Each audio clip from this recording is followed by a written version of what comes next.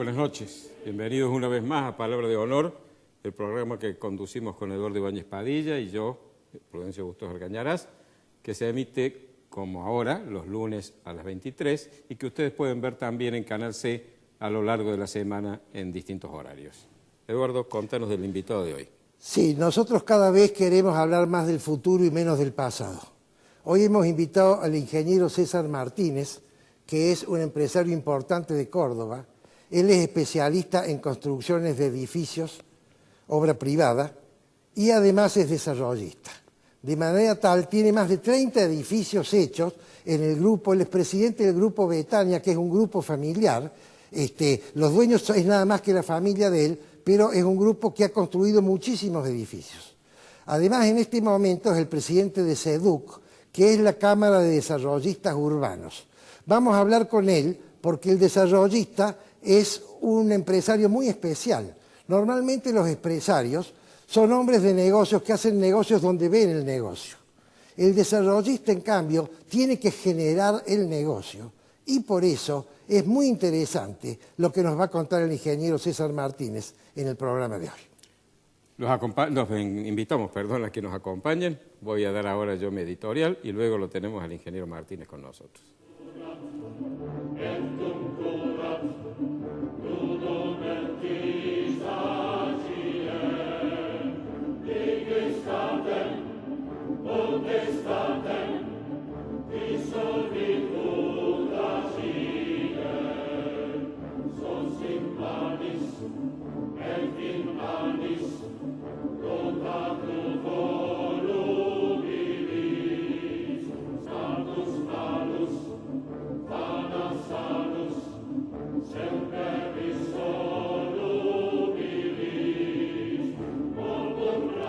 La gran noticia del fin de semana, que no la podemos obviar, es esto que se ha dado a conocer a través de una investigación y probablemente de una suerte de piratería, de información que ha sido tomada de un estudio jurídico de la ciudad de Panamá, que primero se ha llevado a un diario de Alemania, a un diario de Múnich concretamente, y que ese diario pidió la colaboración de una institución que agrupa a reporteros y periodistas investigadores.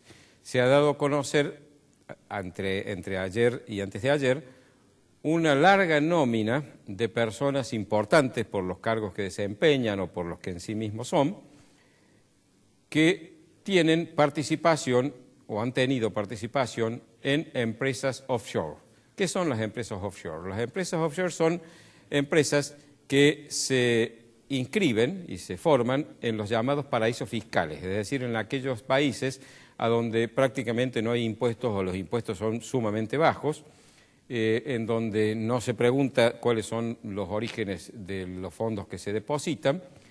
Y en Panamá, este estudio jurídico se especializa precisamente en armar estas empresas. Entre las personas que se han mencionado, que han estado vinculadas o que han formado parte de algunas de esas empresas, está el presidente de la Nación, el ingeniero Mauricio Macri.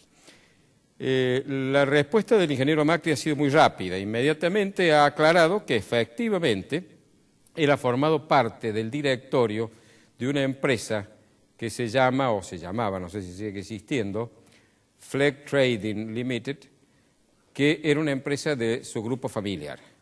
Pero ha aclarado que él ha ocupado cargos del directorio, pero que no ha sido nunca accionista, de manera que él no ha declarado, aun cuando el tiempo en que fue miembro del directorio, parte de él fue jefe de gobierno de la Ciudad de Buenos Aires, en sus declaraciones patrimoniales no incluyó esto porque él no tiene acciones, no es dueño.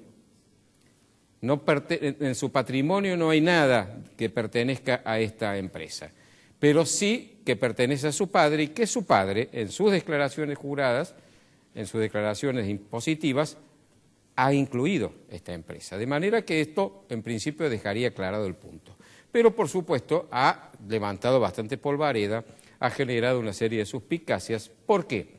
Porque se han dado muchos casos en que estas empresas de paraísos fiscales han sido utilizadas para evadir impuestos o incluso para lavar dinero.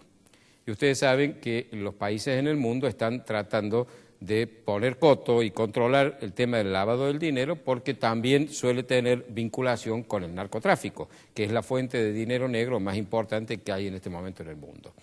Pero esto no significa que todas las empresas offshore sean lavadoras de dinero, que estén vinculadas al narcotráfico, que estén evadiendo impuestos. En este caso, según ha declarado el propio presidente de la Nación, su padre tiene inscripta, tiene declarada las acciones de esta empresa, de manera que no hay evasión impositiva y nada hay que haga sospechar la vinculación con el lavado de dinero. Pero se trata del presidente de la República y se trata de un hombre que, a contrapelo de lo que venía ocurriendo en los 12 años anteriores del gobierno de los Kirchner, ha puesto el énfasis en la transparencia y se ha comprometido a hacer de la transparencia uno de los ejes fundamentales y de los sustentos de lo que va a ser su acción de gobierno. Entonces, por aquello de que la mujer del César no solo debe ser honesta, sino que también debe parecerlo, creo que es bueno que el presidente Macri haya reaccionado en forma rápida aclarando esto. Pero si hubiera alguien que tenga sospechas fundadas de que esta empresa de la que Macri ha sido miembro del directorio tiene vinculaciones con actividades ilegales, creo que tiene la obligación de presentarse ante la justicia y dar a conocer los argumentos por los cuales esas sospechas pueden tener alguna viabilidad. Si no lo hiciere, se convertiría en encubridor. Y si lo hace, va a permitir que sea la justicia la que, habiendo alguna duda, esclarezca el tema. Y le va a permitir incluso al propio presidente Macri demostrar que lo que ha dicho es cierto y que no hay nada que se le pueda imputar o que se le pueda reclamar alguna conducta indebida. El presidente de la Nación tiene que mantener ante los ojos de sus conciudadanos un perfil impecable. Tenemos que tener la certeza de que quien gobierna el país, aquel a que le hemos confiado el manejo de lo que es de todos, es una persona de bien y es una persona correcta. Hasta ahora no hay elementos para pensar distinto, pero repito, si alguien quisiera acusarlo y tuviera elementos para fundamentar esa acusación, debe ir a la justicia. De lo contrario, vamos a estar siempre bajo una sospecha que no es buena, porque las sospechas, si no se confirman, hacen daño a aquel sobre quien caen, pero en este caso hacen daño a todo el país. Porque si el presidente Macri injustamente quedara sospechado y perdiera la autoridad moral para llevar adelante una serie de acciones de gobierno para combatir la corrupción, que es un imperativo en la Argentina, entonces los dañados seríamos todos los argentinos. Por eso, insisto, si alguien tiene algo que denunciar, que lo haga sin perder tiempo y nos deje a todos la posibilidad de tener la tranquilidad de que quien nos gobierna no está actuando de manera ilegal.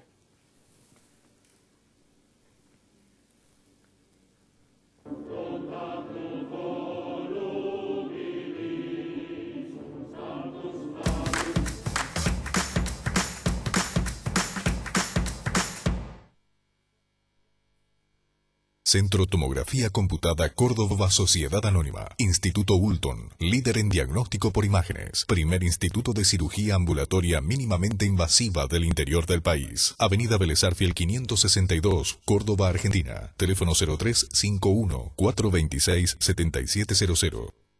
Maluf y Asociados, Desarrollos Inmobiliarios Integrales, 40 años, desarrollando emprendimientos de calidad. Obispo Salguero 775, Planta Baja, Nueva Córdoba. Teléfono 0351-460-2381.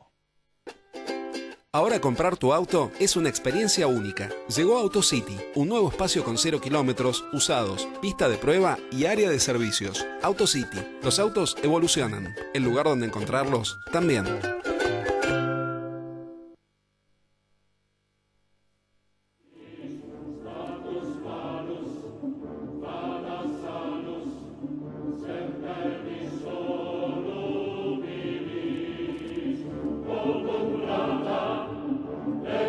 Plata Bueno, estamos con el ingeniero César Martínez, presidente del Grupo Betania y presidente de la SEDUC, que es la Cámara Empresaria de Desarrollistas Urbanos de Córdoba. Hola César, bienvenido, muchas gracias por venir.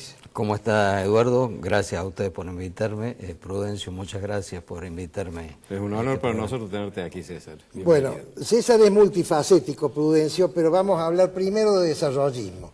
Esto que se ve atrás, esta foto apaisada que se ve atrás, es el producto de los desarrollistas. Me gustaría, César, que expliques un poquito qué significa desarrollismo y qué diferencia hay contra un empresario de la construcción normal. Bien. En cuanto a la diferencia con respecto a un empresario de la construcción, diría que simplemente hay dos caminos para dedicarse a la construcción. Uno es la construcción pública y otro es la construcción privada. Los desarrollistas somos netamente constructores privados y el desarrollismo consiste en que uno abarca todas las etapas del negocio.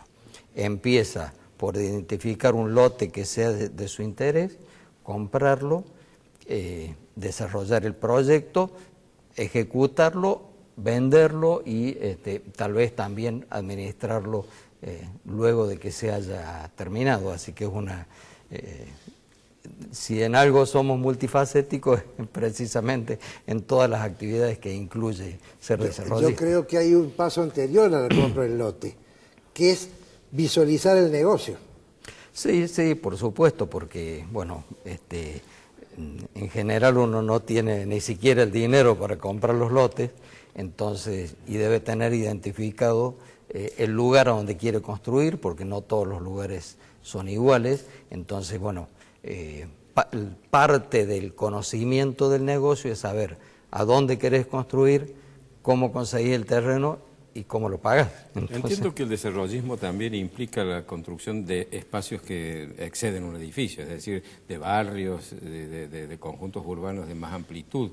¿Es así? Sí, sí, efectivamente, dentro de nuestra Cámara tenemos algunas empresas que se dedican al desarrollo de nuevos espacios urbanos, como el desarrollo de loteos. Entonces eso, dentro del desarrollismo, es una actividad también incluida, pero es muy particular, con algunas diferencias con respecto a la construcción de edificios. Los profanos en este terreno advertimos algo que no sé si es correcto, si lo vemos bien, pero nos da la sensación de que en Córdoba durante muchos años, y creo que todavía, falta planificación urbana. Es como si Córdoba hubiera venido creciendo en los últimos 30, 40, 50 años de manera un tanto anárquico, dejando grandes espacios vacíos, con desarrollos importantes alejados de la mancha urbana, encareciendo todos los servicios, por supuesto. Es decir, ha faltado que el poder público diseñe esta ciudad, la planifique, ordene el crecimiento. Efectivamente, coincidimos plenamente en esa visión y es un tema que nosotros reclamamos en forma permanente a los gobiernos de cada uno de los estados, el estado municipal y el provincial, por esa planificación.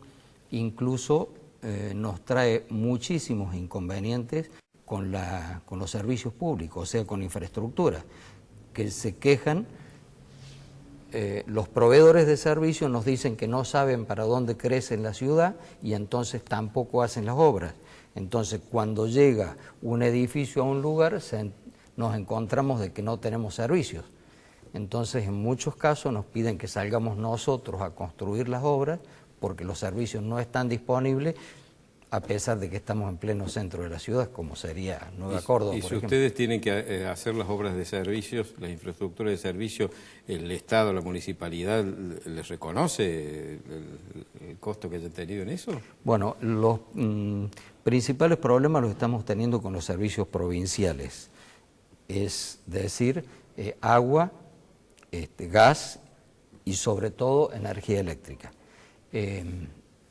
Venimos desde nuestra Cámara trabajando en forma permanente para lograr la provisión de esos servicios o algún sistema equitativo en el cual, si a nosotros nos toca construir esas obras, tengamos ese reconocimiento a que vos muy bien hace referencia y lamentablemente no lo estamos teniendo. César, hay un conflicto de intereses entre el empresario desarrollista que obviamente quiere hacer más proyectos y más obras y la capacidad que tiene la ciudad para absorber esas obras. Pongo el ejemplo de Nueva Córdoba. En la última burbuja inmobiliaria, y yo creo que viene otra, si Macri capea el temporal económico, viene otra indudablemente, ocurrió esto que vemos en la foto, ¿cierto? Pero la infraestructura de Nueva Córdoba no está capacitada para absorber semejante cantidad de superficie cubierta. ¿Cómo ves vos ese conflicto de intereses? Bueno, si me permitís voy a hacer una pequeña aclaración sobre la burbuja inmobiliaria. Por cierto. Porque la burbuja inmobiliaria que cobró notoriedad en el mundo se gestó en base a la disponibilidad de créditos muy baratos. Había países, yo tuve oportunidad, por ejemplo, de visitar a España y querías comprar un departamento y el banco te daba el 120% del costo del departamento. Eso te permitía equiparlo, comprar el auto, además de comprar el departamento. Entonces, cuando era tan fácil comprar departamentos, mucha gente los produjo y después no había quien los compre, todo eso se derrumbó y produjo esa burbuja inmobiliaria. El caso de Estados Unidos se refirió un poco a la securitización de hipotecas, que fue la sucesiva venta de las hipotecas que los bancos tenían. En eso, así nació un poco las burbujas inmobiliarias. En Argentina, como hace muchos años que no disponemos de crédito para construir, la burbuja es bastante improbable. Nosotros vamos siempre detrás de la demanda, siempre hay más demanda que oferta. O sea, no tanto demanda genuina, porque tampoco tienen poder adquisitivo para comprar, sino que la escasez de vivienda es muy superior a lo que se puede ofrecer para cubrir esa demanda insatisfecha. Entonces, sí, te entiendo. Yo me refería a la burbuja de la soja, ¿cierto? Es decir, la gente que ganó tanto plata en la soja e invirtió en el departamento para el hijo que venía a estudiar a Córdoba. Perfecto. Hoy, por ejemplo, te diría que hay una gran demanda insatisfecha. No hay departamentos para alquilar. Ha caído tanto la venta de unidades que no se ha producido una oferta de departamentos en alquiler, porque no se han vendido departamentos, entonces hay mucho menos oferta. Entonces hay capacidad para producir muchísimos departamentos, muchísimas unidades habitacionales, sin que se produzca ninguna burbuja de ese tipo. Perfecto. Vamos a hacer un corte y enseguida volvemos. ¿Cómo no?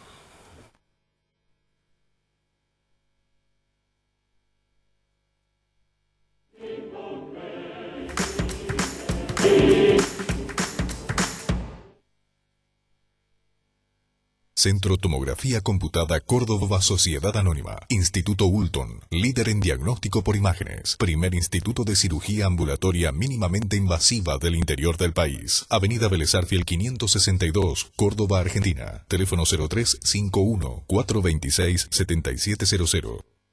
Maluf y Asociados, Desarrollos Inmobiliarios Integrales, 40 años, desarrollando emprendimientos de calidad. Obispo Salguero 775, Planta Baja, Nueva Córdoba. Teléfono 0351 460 2381.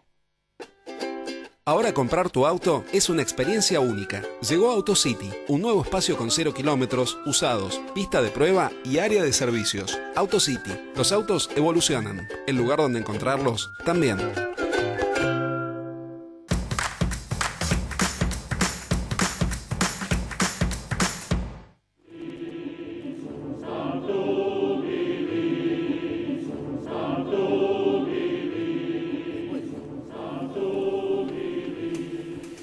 César, yo he oído decir, y seguramente ustedes también, que hay lugares de Córdoba donde ya está colmatado, donde ya no es posible y los servicios son insuficientes. En este caso paradigmático es Nueva Córdoba.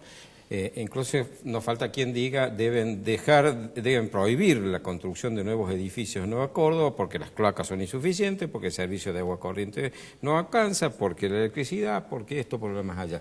Ahora, yo me pregunto, ¿el problema de Córdoba, más que de la concentración, no es de la dispersión? Una ciudad de 576 kilómetros cuadrados con espacios rurales dentro del ámbito urbano.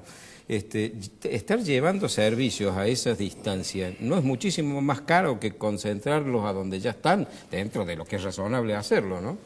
Bueno, yo creo que sería muy importante, como decíamos al principio, que hubiese una planificación al respecto.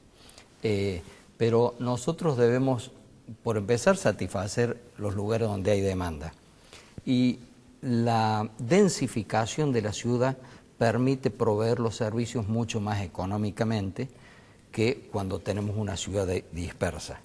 Entonces, si uno construye en Nueva Córdoba, no necesita transporte, por ejemplo, no necesita carriles de circulación, o sea, no necesita obras viales porque está todo mucho más cerca del centro, entonces la gente se puede trasladar sin utilizar medios de locomoción especiales.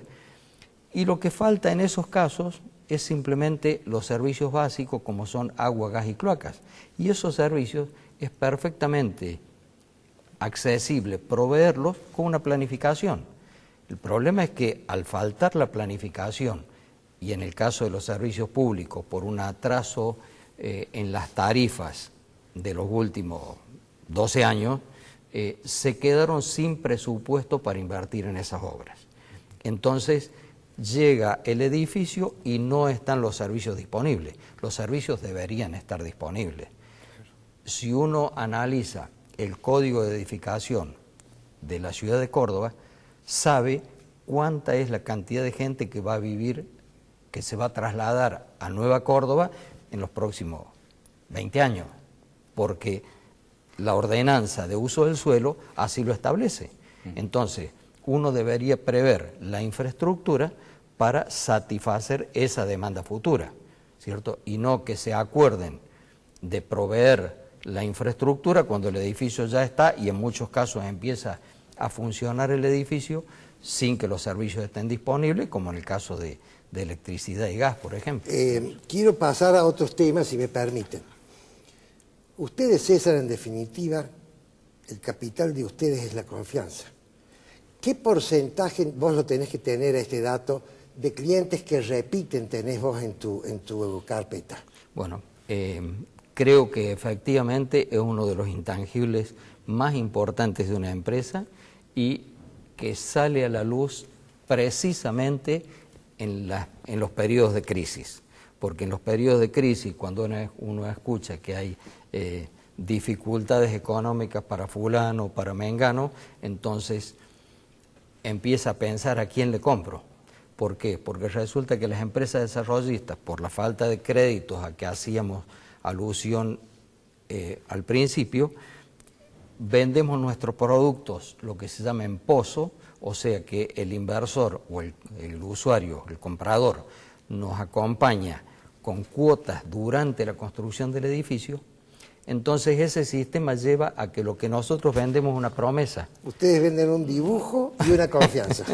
Exactamente. Entonces, yo le hago una promesa a mi cliente de que le voy a entregar un departamento dentro de 3 años. Y mientras tanto él me va a entregar las cuotitas todos los meses. Ahora, César, como vos, obviamente Betania no tiene el 100% del capital.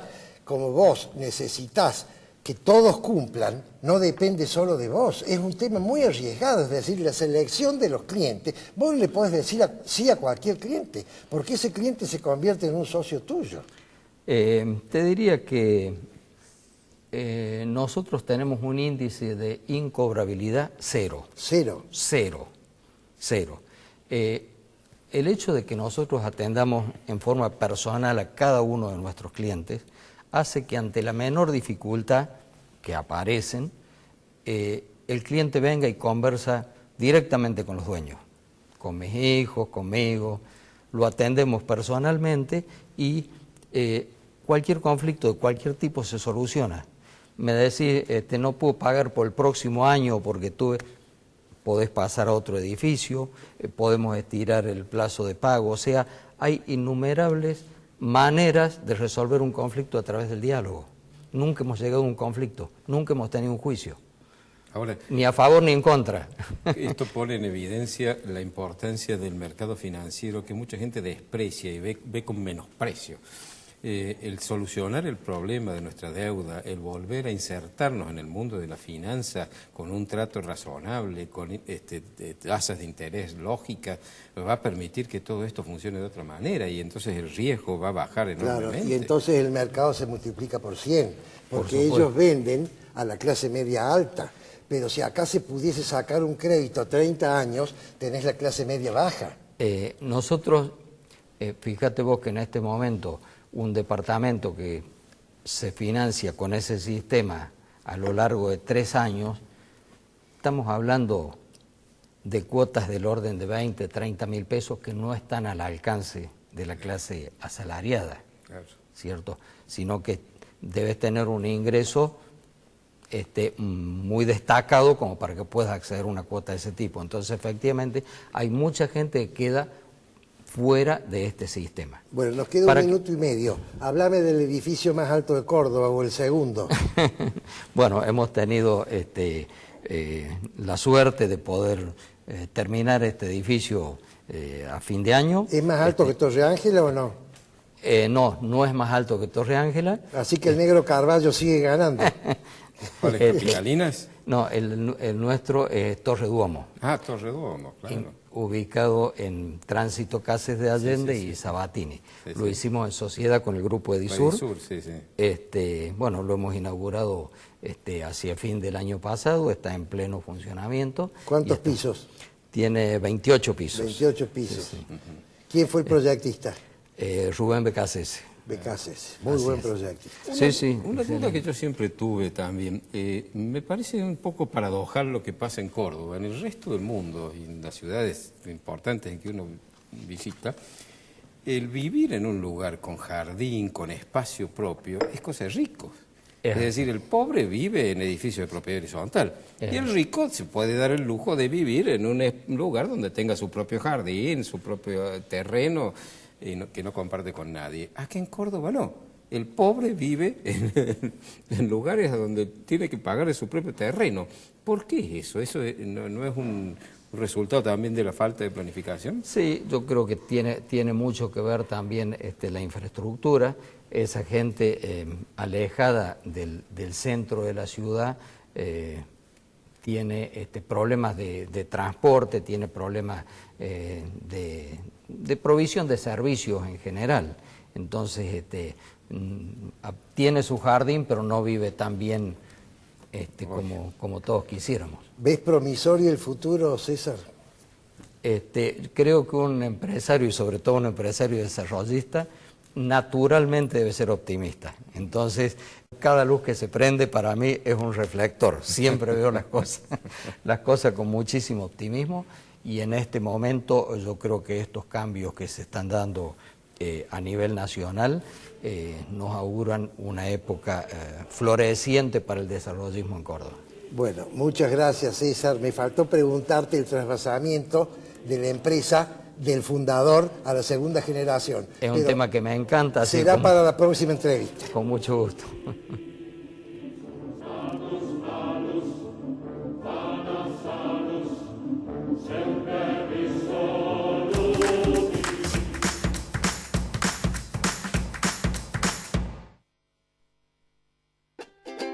Ahora comprar tu auto es una experiencia única. Llegó AutoCity, un nuevo espacio con 0 kilómetros, usados, pista de prueba y área de servicios. AutoCity, los autos evolucionan. El lugar donde encontrarlos también.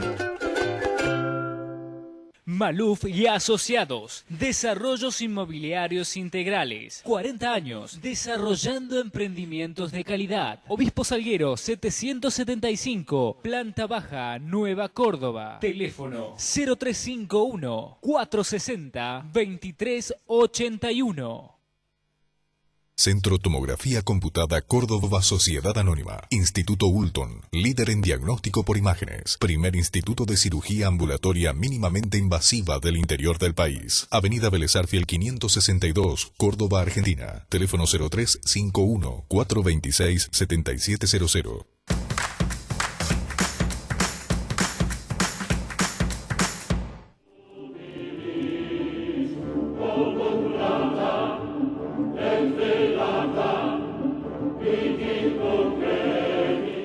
La semana pasada, el 24 de marzo, ha sido el Día de la Memoria y de la Justicia, parcial.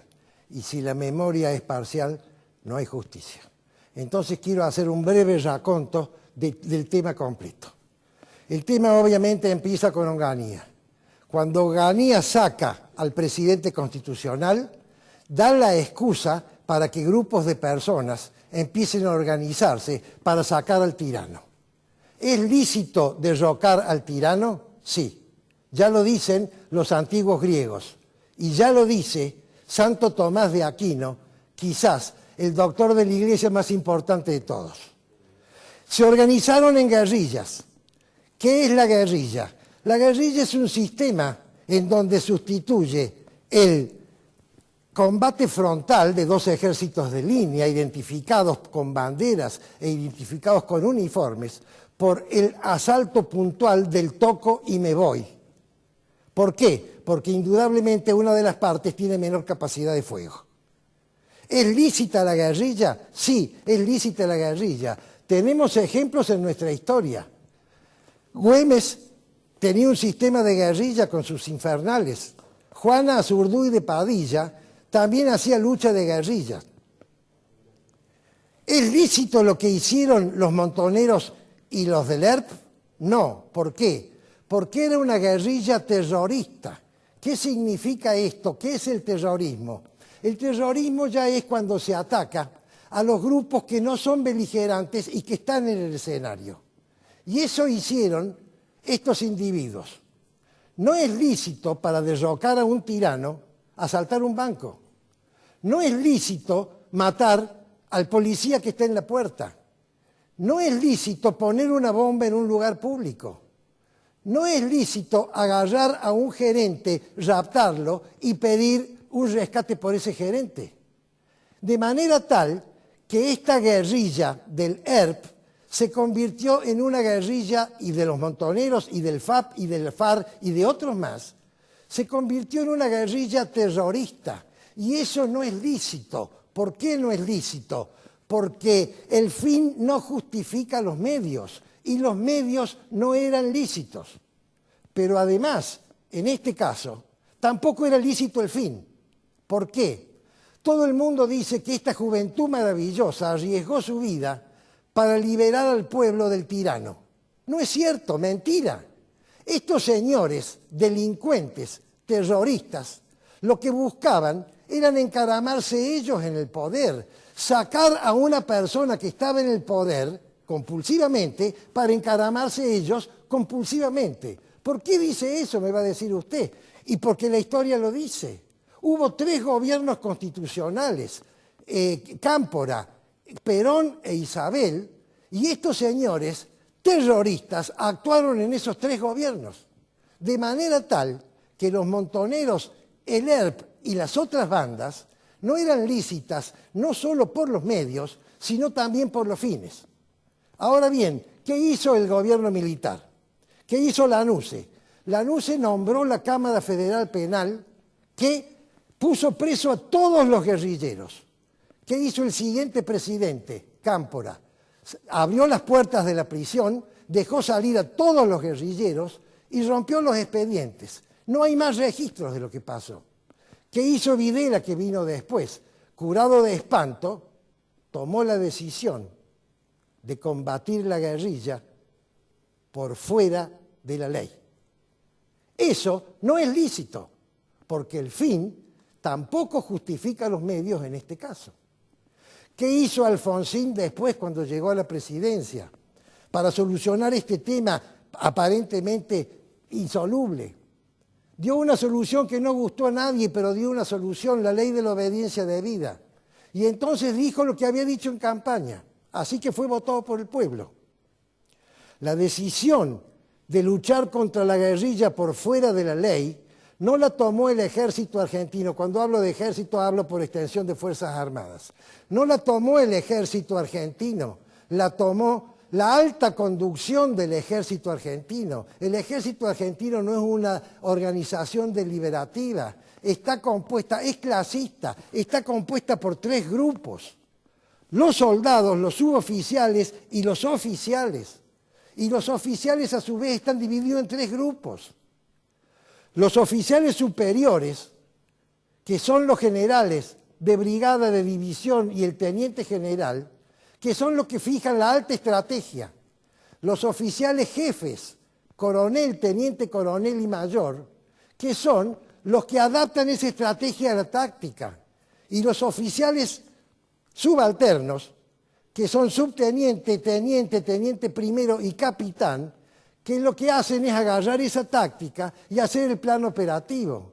Los únicos que deciden en el ejército son los oficiales superiores. Casi le diría los generales de división. Ellos tomaron la decisión. ¿Por qué? Porque el ejército funciona con el criterio de la obediencia debida. No se puede un cabo decirle a un soldado que está en la trinchera, salga de la trinchera y ataque esa ametralladora que está matando a la gente, y el soldado empieza a deliberar a ver si la orden es pertinente, es correspondiente o no. ¿Saben lo que hace el cabo en esa situación? Saca la pistola, le pega un tiro y lo mata. El ejército, mis queridos amigos, funciona por la obediencia debida y si no, no funciona. De manera tal que lo que dijo Alfonsín es, dejando de lado los casos aberrantes que nadie quiere defenderlos, la responsabilidad es de las personas que tenían la alta conducción. Ya lo dijo Menéndez en Córdoba, comandante del Tercer Cuerpo de Ejército, el primer día del juicio. Él dijo, toda la autoridad era mía, de manera tal que toda la responsabilidad es mía. Júzguenme a mí, pero no a los otros. ¿Qué hizo Menem?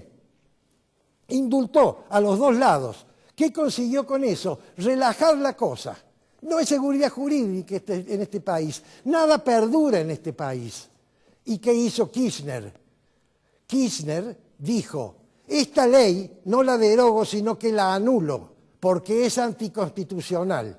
Y entonces cometió una injusticia tremenda con los oficiales no superiores que habían arriesgado su vida y su carrera para obedecer la orden profesional, pero además algo muchísimo más grave que nadie dice nunca. ¿Saben por qué? Porque esto es políticamente incorrecto. Lo que yo estoy diciendo, esta tarde me va a generar crítica de los 2 lados. ¿Qué es lo más grave que hizo el gobierno? El gobierno desautorizó el concepto de obediencia debida, que es la esencia del funcionamiento de las Fuerzas Armadas. No va a volver a haber Fuerzas Armadas eficientes en este país hasta que la sociedad no presione al gobierno para que reconozca que la obediencia debida funciona, porque si no, los oficiales y los suboficiales no van a obedecer y entonces tampoco van a obedecer los soldados.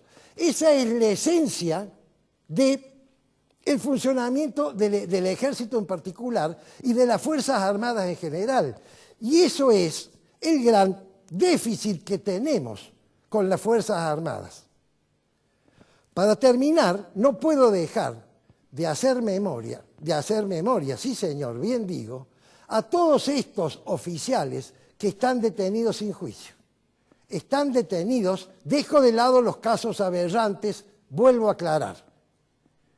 La gente que ha actuado dentro de la operatoria de la obediencia debida, subordinándose a un jefe que no era el juez, sino que era un jefe militar que excedía al juez, esa gente está presa hace más de 5 años sin juicio. Hay más de 500.000 de militares que están en esa situación. Una república no puede mantener una situación así, porque entonces el péndulo está de un solo lado. Y si bien el péndulo no va a volver al otro lado, gracias a Dios, porque ya la sociedad entera ha aceptado que estas soluciones no son las soluciones, por lo menos tiene que haber justicia con esta gente. Señores, si no se puede hacer el juicio por dificultades técnicas, entonces mándelo detenido a su casa, que esta persona tenga arresto domiciliario hasta la espera de un juicio que le corresponde en justicia. Esto, señores, es lo que este gobierno que está empezando tiene la posibilidad de hacer. Nadie pide que se revise nada, ya han pasado demasiadas cosas, pero por lo menos demos trato humanitario a aquellos profesionales que de buena fe obedecieron por obediencia debida y que ahora están considerados prácticamente delincuentes comunes. Si no hacemos esto, señores, la verdad y la justicia es media verdad y por lo tanto es injusticia. Es palabra de honor.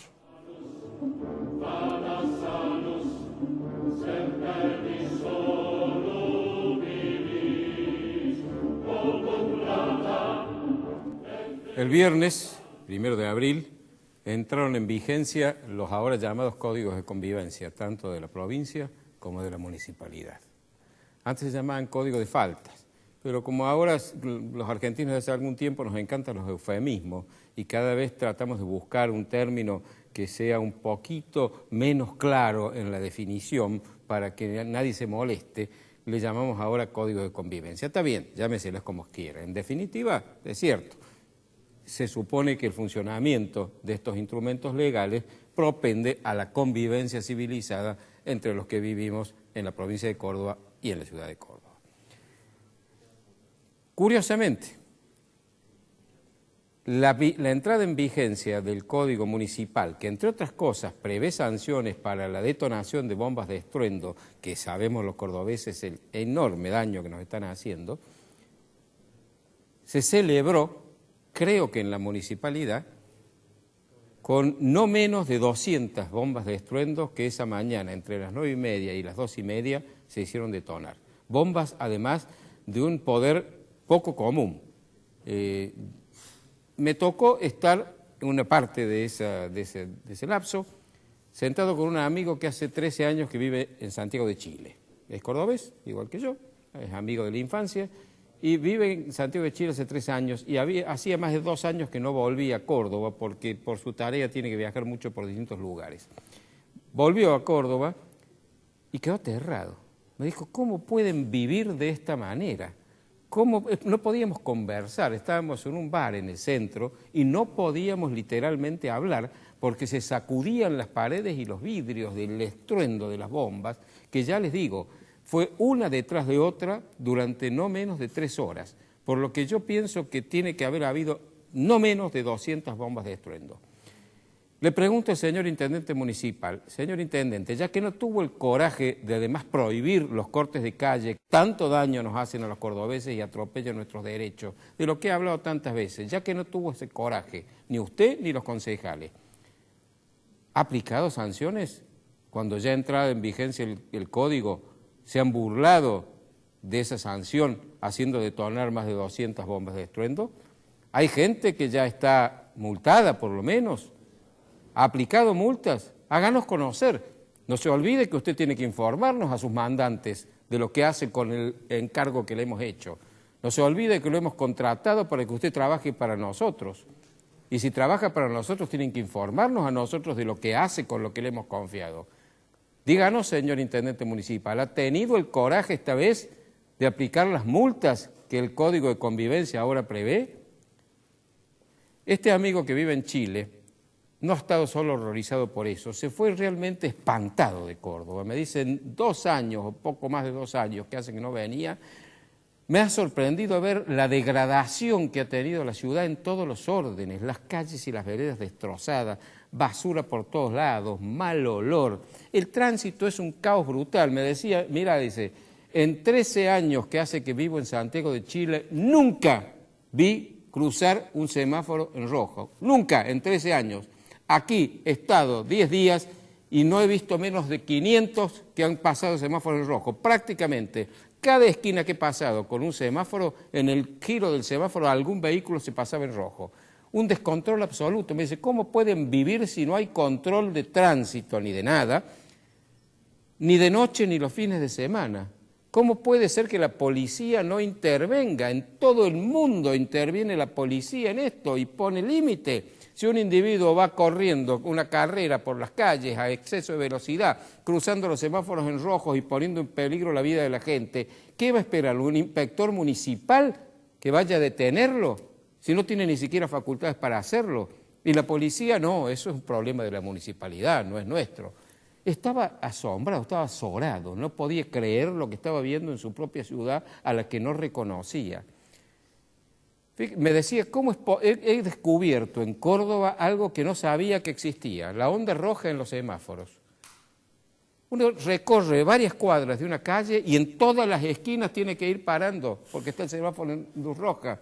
Antes había onda verde, estaban simplemente coordinados para a determinada velocidad ir encendiéndose la luz verde gradualmente, de manera que uno podía transitar a esa velocidad e ir cruzando cada bocacalle sin necesidad de detenerse. Ahora es al revés, onda roja. Es un descontrol absoluto, es un descontrol, hasta los perros callejeros le impresionaba. Hubo una pelea de perros en la esquina del lugar donde estábamos tomando el café. 2 perros, y después se sumó un tercero, se pelearon entre ellos y se agarraron en medio del centro de la ciudad, perros callejeros, perros dueños de nadie, a la que la municipalidad es incapaz de controlar.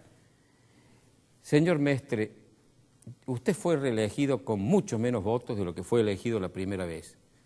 Eso es una señal, es un mensaje que le hemos mandado. Usted ganó la elección porque no había ningún candidato en condiciones realmente de oponerse.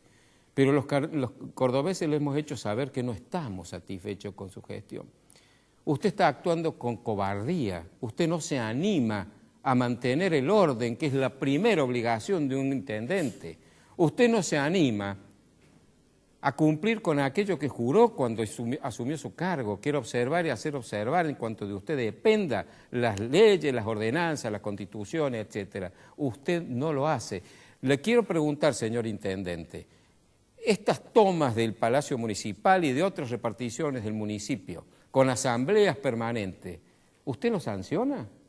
¿Usted les permite que ocupen esos lugares que nosotros, nuestros lugares, que les hemos confiado para que trabajen para nosotros, para hacer asambleas? ¿Usted se lo permite? ¿Usted les paga las horas no trabajadas? Porque si usted les paga las horas no trabajadas, nos está estafando, señor Mestre. Nos está robando la plata.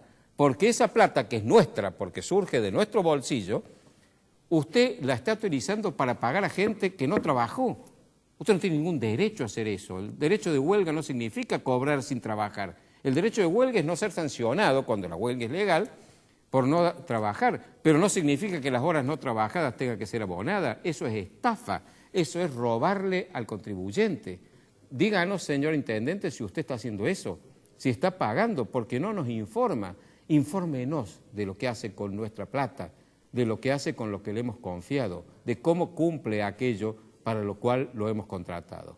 Porque de lo contrario, señor intendente, los cordobeses nos estamos cansando. Estamos viendo nuestra ciudad cada día peor, cada día más degradada, hasta mal olor en las calles hay, hasta los monumentos históricos. Nuestros derechos no están garantizados.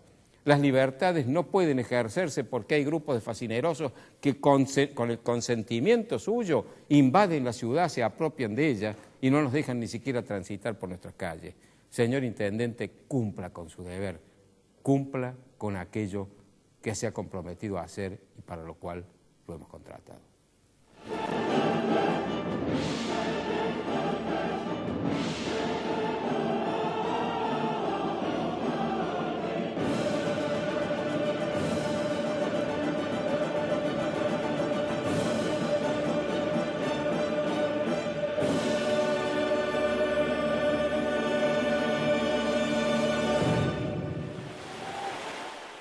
Cosas vederes, Prudencio, que non creyeres.